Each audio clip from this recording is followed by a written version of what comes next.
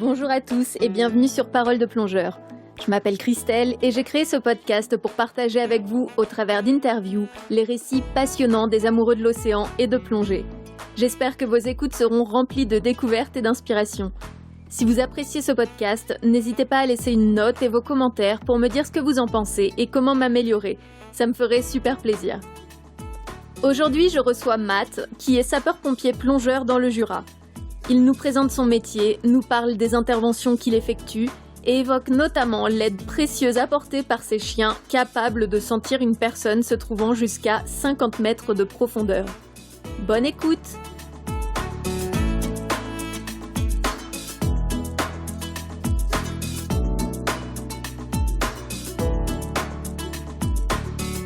Bonjour Matt, je suis heureuse de faire cette interview avec toi aujourd'hui. Est-ce que tu vas bien? Très bien, merci Christelle, bonjour à toi aussi, et merci de m'accorder cette interview, c'est sympa. Alors j'espère que tu es confortablement installé, parce que je vais te bombarder de questions. En fait, il y a quelques semaines, j'ai interviewé Renan qui nous a parlé du métier de scaphandrier, et je me suis dit on parle pas beaucoup de tous ces métiers qui nécessitent de plonger, mais qui sont pas directement liés au tourisme et à la plongée loisir. Et quand on parle de plongeur pro, on va penser peut-être aux moniteurs de plongée, mais en fait, il existe beaucoup de métiers, beaucoup d'autres métiers, et toi, tu vas nous parler de celui de sapeur-pompier, mais sapeur-pompier plongeur. Est-ce que tu pourrais te présenter et nous expliquer aussi comment tu es devenu sapeur-pompier plongeur ? Alors bien sûr, il n'y a pas de souci. Donc je m'appelle Matt Pernaut, je suis sapeur-pompier professionnel et notamment spécialisé dans les secours nautiques, puisque je suis chef d'unité plongeur de la sécurité civile. J'ai un parcours professionnel qui est assez particulier, en fait, qui m'a amené à passer le concours de sapeur-pompier pro, et j'ai réussi à me faire embaucher dans mon département natal, le Jura, à proximité de la Suisse. Mais du coup, le côté plongeur, c'est en option, quoi. Tu fais pas que des interventions plongées. Non, la spécialité de plongeur, c'est vraiment une spécialité au sein des sapeurs-pompiers qui ne nécessite pas d'y attribuer 100% de notre temps, puisque c'est une proportion un nombre d'interventions à l'année qui est, on va dire, relativement faible, entre guillemets, bien entendu. On est d'abord sapeur-pompier. Donc on intervient sur toutes les interventions courantes des sapeurs-pompiers, que ce soit les feux, que ce soit le secours à personne, le secours routier, et j'en passe. On peut se spécialiser dans différents domaines, et moi le nautique m'attirait, puisque j'en avais déjà fait avant, et la plongée bien entendu. Donc le pompier plongeur, lui, c'est un spécialiste qui intervient donc sur les demandes de secours nautiques. Il s'insère dans une équipe de secours qui regroupe en fait différents domaines de compétences. Le nautique, ça part de nos pilotes d'embarcation jusqu'aux plongeurs et les secours subaquatiques et hyperbares, en passant par les secouristes de surface. Puisque de plus en plus on développe des spécialités, on développe la spécialité de secours en inondation, puisque c'est passé risque majeur en France et en Europe depuis quelques années déjà. En inondation, du coup, tu fais aussi en plongée. On peut être amené à intervenir en plongée, en inondation, si on a besoin d'aller faire des reconnaissances dans des endroits immergés comme les garages, les parkings souterrains, des choses comme ça, oui. Donc tu pourrais plonger dans un garage ou dans une maison inondée, en fait. C'est un petit peu ça, ouais. En fait, nos interventions, elles sont vraiment très très larges, mais s'inscrivent toujours de toute façon dans l'urgence. Il y a toujours ce caractère d'urgence qui prime. Nos interventions, c'est ni plus ni moins que la protection des personnes, des biens et de l'environnement. Donc ça va regrouper vraiment beaucoup d'interventions différentes. Alors ça peut être des sauvetages et des mises en sécurité de personnes, ça peut être des interventions pour des noyades, ça peut être des recherches de personnes qui auraient disparu dans un milieu nautique avec certains délais à respecter, puisque nous on intervient, comme je te disais, toujours sous un caractère d'urgence. Donc nous on a un délai de prompt secours, c'est-à-dire le délai dans lequel ça reste de notre compétence à nous, avant de passer de la compétence de la recherche d'autres services, comme la gendarmerie par exemple. Mais c'est pas seulement du secours à personne, la protection de l'environnement, la protection des biens, c'est aussi le dégagement des voies fluviales, un bateau qui aurait coulé à un endroit et qui gêne la navigation. S'il y a le caractère d'urgence là-dedans, on peut être amené nous à intervenir pour faire ce dégagement de la voie fluviale. Des travaux subaquatiques d'urgence, on intervient sur réquisition également d'autres services, et on intervient aussi en dispositif de premier secours sur différentes manifestations, festivals nautiques, etc., etc. Donc on a vraiment une palette très très très large d'interventions. sur réquisition, tu peux nous en dire plus? Ça veut dire quoi, ça? Réquisition de services de gendarmerie ou de police, par exemple, qui eux sont sur des recherches. Donc au-delà de nos délais de prompt-secours, nous, sachant que nos délais de prompt-secours c'est entre 1 et 2 heures à partir du moment où la personne a disparu, et en fonction de la température d'eau. Voilà, donc au-delà de ce délai de prompt-secours, ce n'est plus notre ressort à nous normalement, hein, c'est le domaine recherche gendarmerie police. Mais on peut intervenir sur réquisition s'ils ont besoin de plus de monde ou si eux ils n'ont pas les moyens disponibles à ce moment-là. Ils peuvent très bien faire une réquisition auprès de notre service, et on va intervenir pour ça nous est déjà venu d'intervenir pour des recherches d'armes, des recherches de corps, mais de disparitions qui dataient de bien plus longtemps que nos délais de prompt-secours.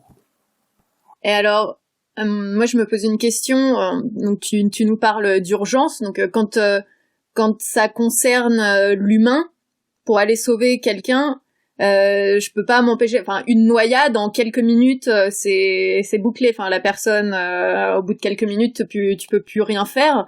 Mettre en place tout le matériel de plongée, arriver sur un lieu, tout ça, vous arrivez quand même à pouvoir sauver des gens lorsque vous êtes dans le cadre de la plongée? Alors nous, on a vraiment des délais, nos délais de prompt-secours qui sont établis. C'est vraiment des délais qui sont établis sur les données médicales.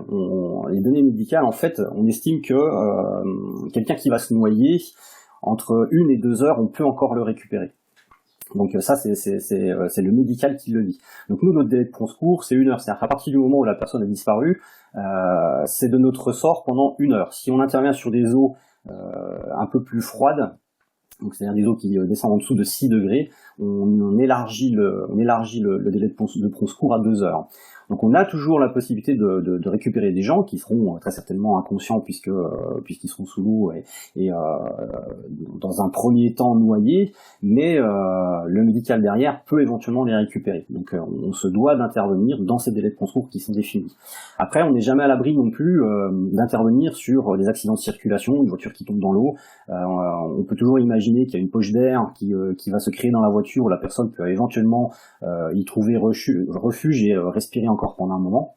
Donc on ne peut pas ne pas intervenir et ne pas se dire que la personne est encore vivante. Comme on a les interventions sur des plongeurs, on a de plus en plus de plongeurs aujourd'hui qui plongent au recycleur, sachant l'autonomie d'un recycleur. Une personne qui disparaît en recycleur, elle peut rester, si elle est coincée quelque part, elle peut très bien rester pendant 2-3 heures, tant que son recycleur fonctionne, il continue à respirer. Donc on a toujours la possibilité de le retrouver. Et là où on étend éventuellement nos compétences aussi, c'est sur toutes les interventions qui ont lieu dans les cavités, en souterrain. On y intervient nous aussi avec le spéléosecours français, mais on imagine quelqu'un qui va s'être aventuré dans une cavité, qui va se retrouver coincé avec une montée des eaux, avec une poche d'air qui se crée à un endroit et qui peut éventuellement y survivre pendant plusieurs heures, voire plusieurs jours. On a vu, alors je sais plus si c'était en Inde ou récemment, il y avait eu des enfants qui s'étaient retrouvés coincés dans une cavité justement avec une montée des eaux, et où il y a tout un dispositif de secours et de recherche qui avait été mis en place, et ils avaient réussi à ressortir, je crois, la dizaine d'enfants qui étaient coincés dans cette cavité et qui pouvaient pas ressortir parce que les eaux étaient montées sur leur chemin, et c'est là où notre concours est vraiment utile, parce qu'on sait qu'on va récupérer des gens qui sont vivants. Après, au-delà de ça, même si on retrouve des personnes et que malheureusement l'issue est pas favorable et fatale, je pense qu'il y a aussi un devoir de retrouver ces personnes pour la famille. Et alors tu m'as appris un truc, ou tu m'as dit un truc qui m'a scotché quand même, c'est que tu veux dire que quelqu'un qui serait sous l'eau depuis plus d'une demi-heure, depuis 1 heure, c'est déjà arrivé qu'on réanime, que le corps médical réanime des personnes qui qui ont été immergés depuis très très longtemps? C'est déjà arrivé. Ça, après, il faut vraiment lire toutes les études qui ont été faites là-dessus. On sait tous qu'on a différents stades de noyade. La plupart du temps, c'est souvent où aux premières inhalations d'eau, la glotte va se fermer et en fait, on va se noyer juste avec un verre d'eau dans les poumons. On sait aussi que l'organisme est relativement bien fait, où il arrive à préserver l'organisme en mettant en place tout un tas de mécanismes. Le cœur, le cerveau vont essayer de se préserver au maximum. On va plus irriguer les organes qui sont pas nécessaires, mais on va continuer à oxygéner au maximum le cerveau. Alors après, effectivement, plus le temps passe, plus les chances se réduisent. Mais si on va rechercher un petit peu toutes ces études qui sont faites sur les noyades et sur les possibilités de récupérer les gens après des noyades, on voit effectivement qu'on peut les récupérer après un certain temps quand même. Et cette durée de 2 heures en eau froide, est-ce que c'est lié au fait que justement ce temps est rallongé quand il y a cet état d'hypothermie qui conserve aussi Oui, c'est ça en fait, le fait que les eaux soient froides, ça permet de conserver plus longtemps. Donc ce délai a été étendu. Alors, encore une fois, je rajoute, c'est scientifiquement que ça a été prouvé. Ça n'a pas été discuté au bord d'une table en disant ben voilà, on va mettre 1 heure ou 2 heures et puis on verra bien. Non, c'est vraiment sur des faits scientifiques prouvés. En parlant d'eau froide, de profondeur, dans le Jura, les lacs sont assez profonds. Toi, dans le cadre de ton métier, t'es autorisé à plonger jusqu'à quelle profondeur? Alors dans le Jura, on a beaucoup de lacs, et en plus de ça des lacs d'altitude, avec des profondeurs qui peuvent aller d'une vingtaine de mètres jusqu'à beaucoup plus, puisqu'on a la chance dans notre département d'avoir la 3e plus grande retenue de France, donc avec un barrage hydroélectrique au bout, c'est le lac de Vouglan, avec des profondeurs qui peuvent aller jusqu'à quasiment une centaine de mètres au pied du barrage. Alors bien entendu, on n'interviendra pas sur ces profondeurs extrêmes, puisque la plongée à l'air de toute façon on ne peut déjà pas y aller, et nous on n'est pas formé pour. Par contre, nous dans notre cursus de formation, on a différents niveaux de formation en fonction des profondeurs qu'on peut atteindre. Le premier niveau de formation s'arrête à 30 mètres. Et ensuite, il faut faire une spécialisation, refaire une semaine de stage à notre centre national de plongée qui se trouve sur la Pointe Rouge à Marseille, qui permet de refaire une formation supplémentaire pour pouvoir être habilité et qualifié à intervenir jusqu'à 50 mètres de profondeur. Et au-delà, on tend petit à petit à ne plus plonger à l'air au-delà de 50 mètres, mais de passer sur des mélanges trimix. Voilà, c'est en cours, ça commence à arriver. Donc on a aussi ces spécialisations de plongée avec des mélanges gazeux différents. On a la spécialisation de plongée nitrox, on a la spécialisation de plongée en trimix. Donc voilà, c'est petit à petit, au fur et à mesure de notre carrière, on peut aller se spécialiser un petit peu plus. Et on peut aussi se spécialiser en surface non libre, donc ce qu'on appelle la souterraine ou la cave dans le civil. D'où c'est surface non libre, c'est à partir du moment où on plonge sous plafond. Alors c'est ce que je te disais tout à l'heure, c'est en spéléo jusqu'à une certaine distance, on est quand même limité, on n'est pas aussi aguerri que le spéléoscope français.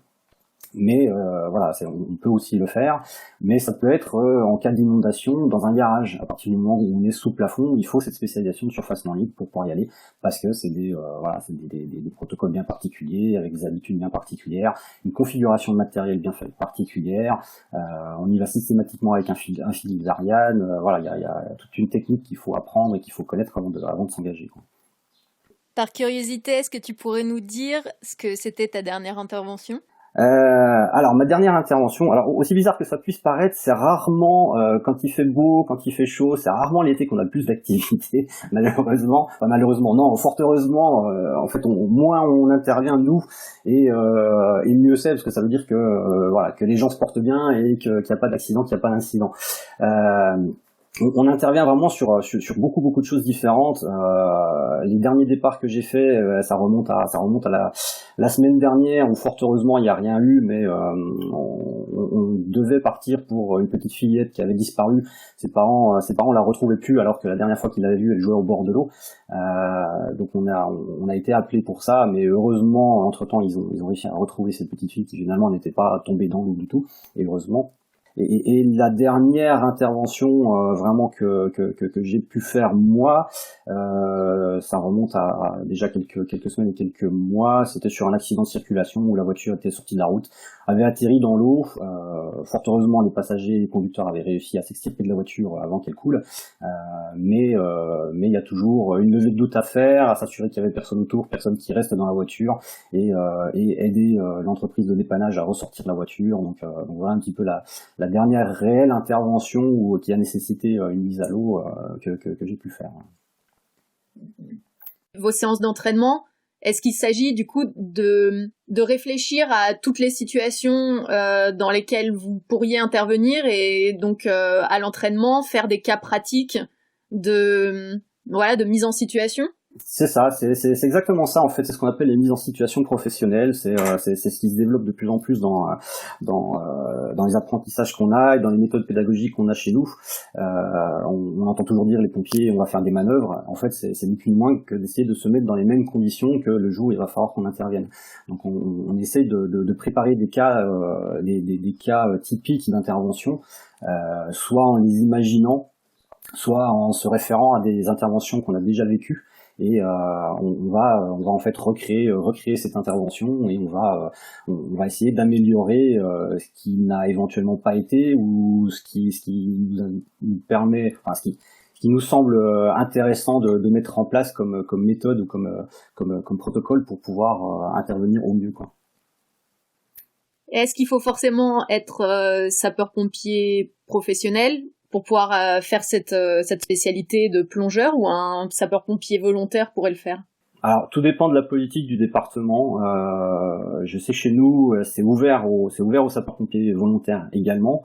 En fait, les seules contraintes, c'est les contraintes purement de temps. Le sapeur-pompier professionnel, lui, pour ses formations, va être détaché sur son temps de travail pour pouvoir aller se former, alors que le sapeur-pompier volontaire, lui, il va falloir qu'il fasse ses formations, lui, sur ses temps de congé.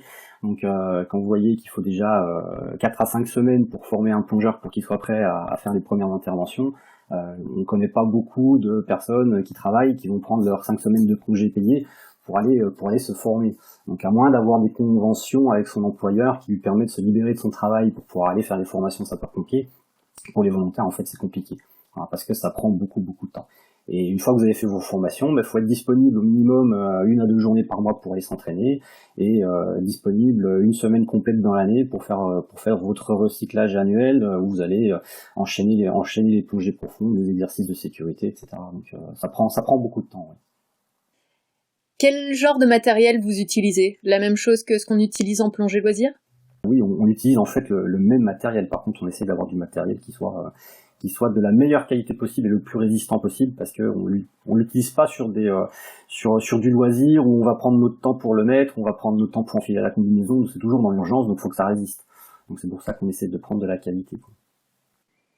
Alors, de par ton expérience, est-ce que tu pourrais nous dire quelles sont les causes de noyades les plus courantes? Est-ce qu'il y a des infos que tu pourrais nous donner et qui éventuellement pourraient nous faire éviter certains accidents assez bêtes? Alors, en règle générale, tous les accidents, c'est toujours des accidents bêtes, et tous les accidents peuvent être évités, que ce soit en plongée ou dans d'autres domaines, hein, c'est toujours la même chose. Mais en ce qui concerne les noyades, on s'aperçoit, oui, que c'est très souvent des gens qui ont très peu d'expérience de natation, qui sont pas forcément des bons nageurs, mais c'est surtout des gens qui se font vite piéger par l'environnement. J'entends par là, sur les plages, sur les côtes, c'est des gens qui vont se faire avoir par les baïnes, c'est des gens qui vont se faire avoir par des courants qu'on n'arrive pas à détecter en surface. Nous, dans l'eau intérieure, c'est des gens qui vont se faire avoir par des plages qui descendent très vite en profondeur, hein. Moi, je vois les lacs sur notre département, c'est souvent ça, hein. C'est vous avez une certaine distance sur laquelle vous avez pied, et puis d'un seul coup, ça dégringole, et vous perdez pied, et la personne qui se fait un petit peu avoir, qui est pas très bonne nageuse, se fait vite avoir, et peut vite boire la tasse.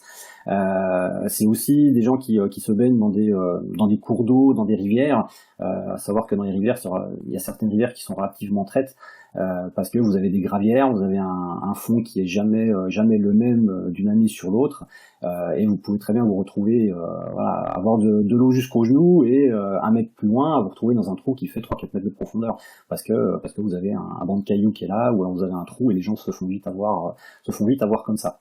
C'est souvent effectivement un manque de conditions physiques ou un manque de pratique de la natation, mais beaucoup se font piéger par le milieu. Voilà, c'est souvent ça. Alors, tout plongeur est conscient du risque d'accident ou de maladie de décompression liés à la plongée, mais est-ce qu'il y a des risques qui sont vraiment spécifiques à ton métier ? Spécifique, oui, parce qu'on utilise quand même de temps en temps un peu de matériel. Si on a du renflouement à faire, il faut qu'on descende avec un petit peu de matériel. On peut intervenir avec des outils sous l'eau.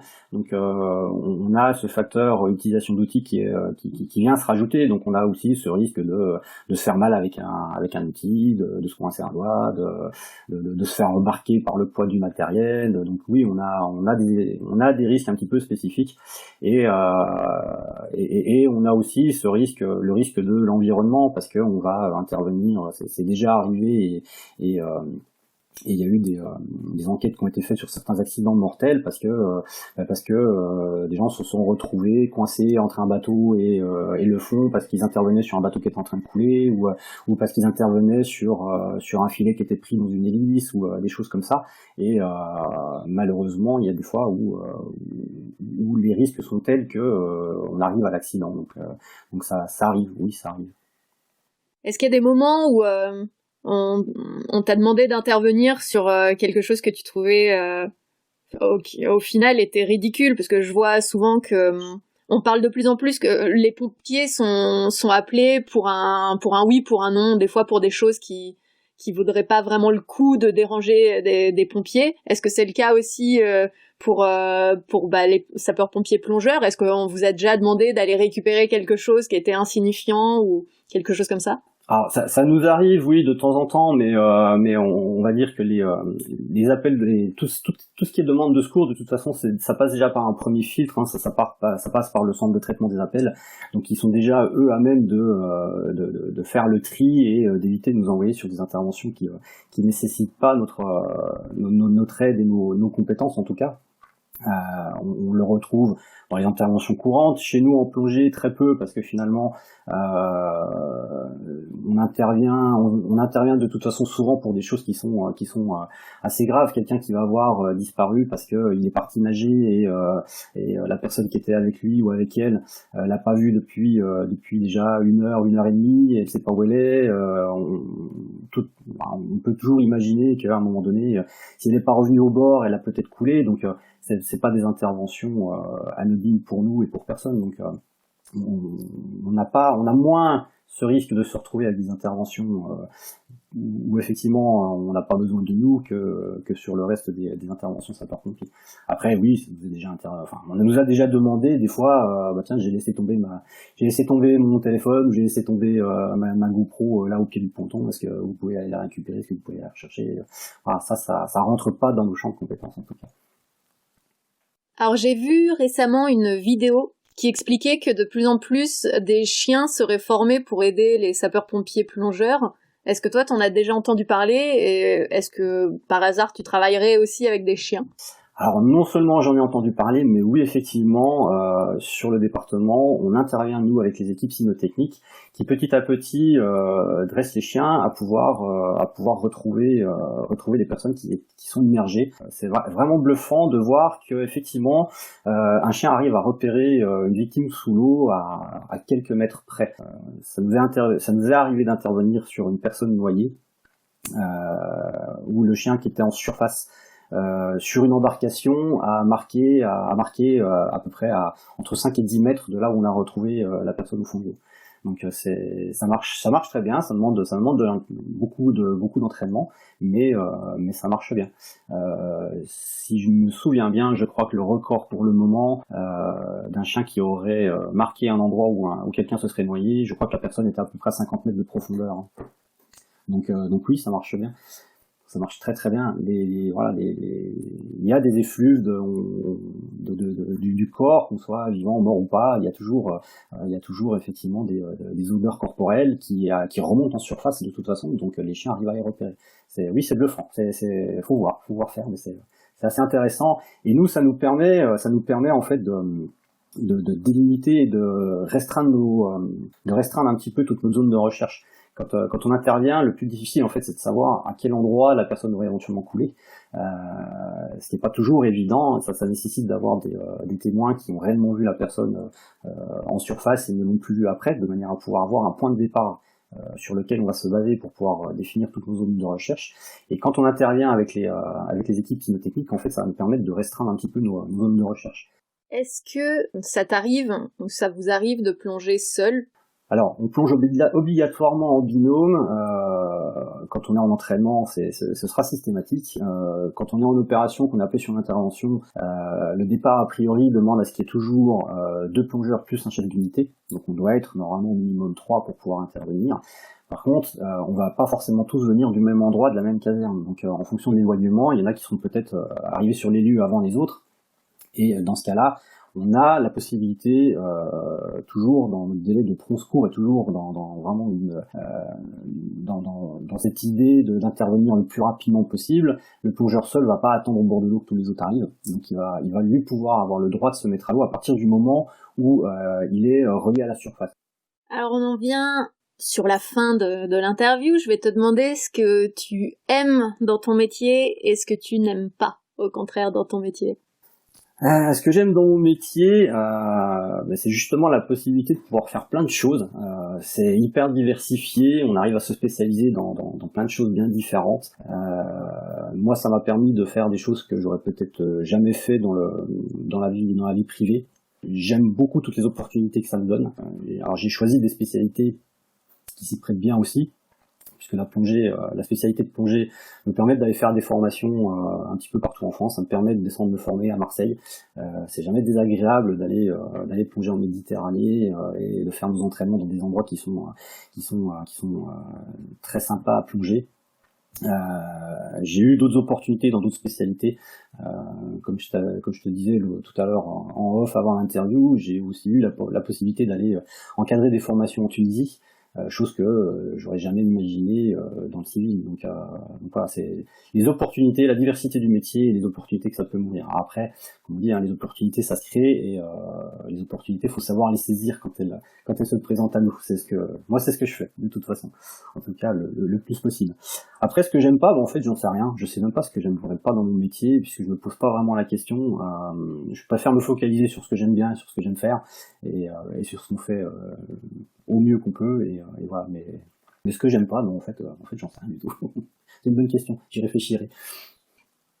Est-ce qu'il y a quelque chose d'autre que tu voudrais ajouter, qu'on n'a pas abordé, ou que tu voudrais dire avant de clôturer cette interview? Bah écoute, non, je pense qu'on a fait le tour de pas mal de choses. On a discuté pendant un bon petit moment déjà. Non, c'est toujours intéressant de pouvoir partager nos expériences. Donc c'est pour ça que je te remercie de ton idée de podcast. Je te remercie d'avoir accepté de faire cette interview pour pouvoir parler un petit peu de mon métier. Mais c'est moi qui te remercie de me soutenir dans ce projet. Je t'en prie.